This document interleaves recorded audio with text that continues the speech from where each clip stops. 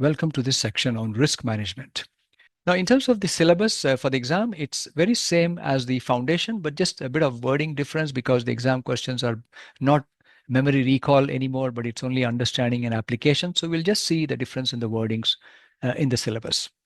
Otherwise, the content remains exactly the same. And the nature of questions, of course, will be different in the exam.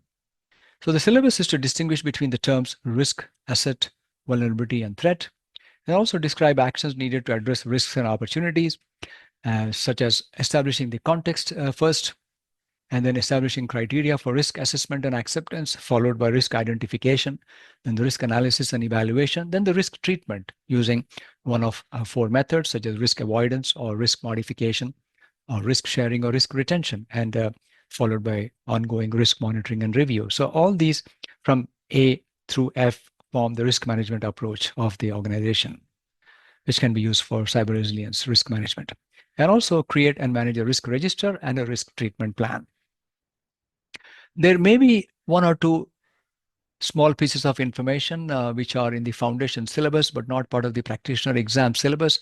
And we have included them here because there's no harm in including some minor things from the foundation course, which are not really part of the practitioner exam. You might see some learnings here are the same as what you know already, not necessarily from cyber resilience, but because risk management is a general topic in management, and but then we need to know how this connects with cyber resilience. So we begin here, risk management. The management of cyber resilience is mainly about managing risks and to implement the preventive, detective, and corrective control actions to manage those risks. Risks may also sometimes have positive outcomes. For example, investment in a new business opportunity is like a positive risk situation. The term risk means it's not guaranteed. It's like a probability only and with a certain impact if it occurs. And formal risk management enables better business decision making for actions of the business based on an understanding of risks and their likely impact on the achievement of business objectives. Risk management has gained a lot of significance and importance in the recent years in all endeavors, be it operational endeavors or project endeavors, program, portfolio endeavors, and so on of any organization. Now, every organization has its own risk tolerance, and it is the responsibility of the board of directors or someone equivalent or a body that is equivalent to define the risk appetite and the risk management approach. In terms of risk tolerance, for example, some organizations could be risk averse or even risk seeking or risk neutral.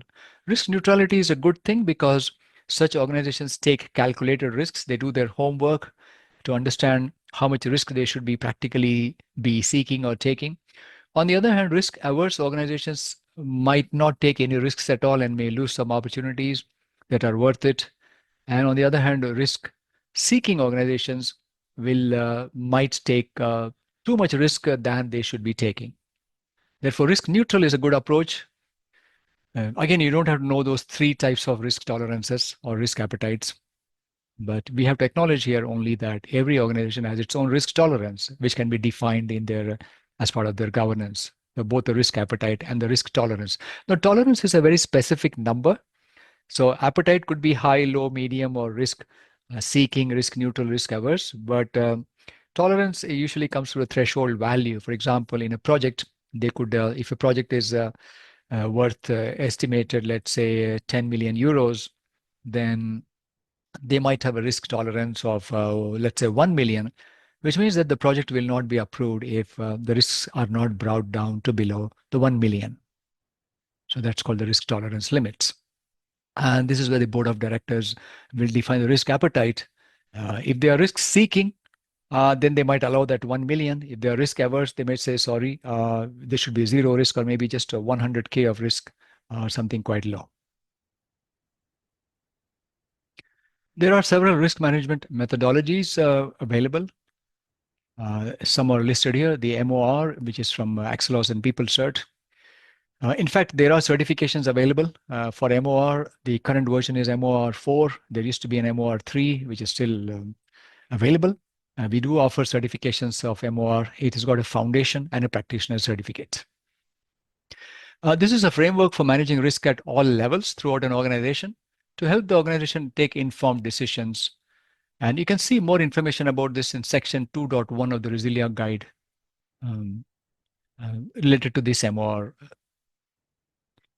Whereas the detailed information of this can be found only in the MOR publication itself. So in the MOR publication, we have, for example, not only operational risks, but also strategic risks and program and other types of risks. Then we have ISO 31000. This is an international standard defining the risk management principles and guidelines. It defines the risk management approach at a high level. One thing about this, it is a standard just for adoption and adaptation. There is no certification awarded for this standard, unlike a few other ISO certifications. Then ISO IEC 27001, a very well-known international standard for information security management system. Again, this is not a risk management standard, but it has many requirements relating to risk management.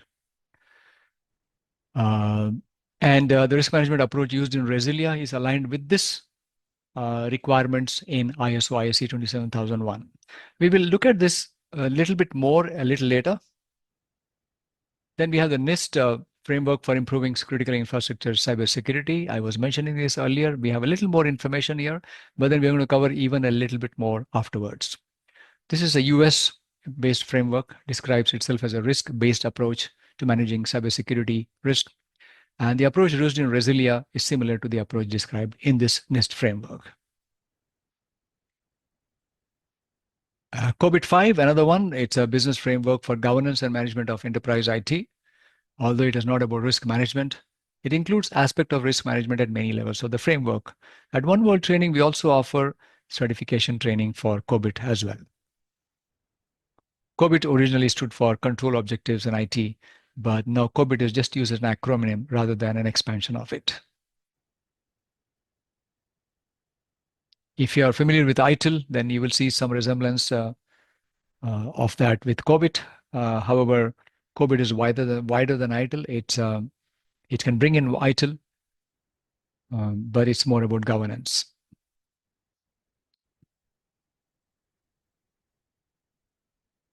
Then we have here assets. Assets are things that have value to an organization. And it can be, for example, IT systems, but also people, information, business processes, intellectual property, buildings, company reputation, etc. So both tangible and intangible assets. And therefore, it is important that an organization must determine if certain assets have to be protected, and if yes, then how to protect them. It is not necessary that all assets have to be protected. Generally, it begins with the understanding of the critical assets and then the protection for them before moving on to the non-critical ones. So some examples of assets: a tablet computer on the kitchen table, a credit card data stored on a PC, confidential patient information stored on a server in a hospital, a bank debit card that allows cash to be withdrawn from a bank account. And there could be many other examples. Now, the asset value. This depends on how the organization uses the asset and ability of that asset to produce a business outcome. It is not the financial value that is recorded in a fixed asset register. Let's take an example. A computer that may be used by passengers to browse the internet in an airport, it may have a much lower value to the business than an identical computer that performs a vital function in the air traffic control center. So it's a very clear example of the value of asset, how it's different.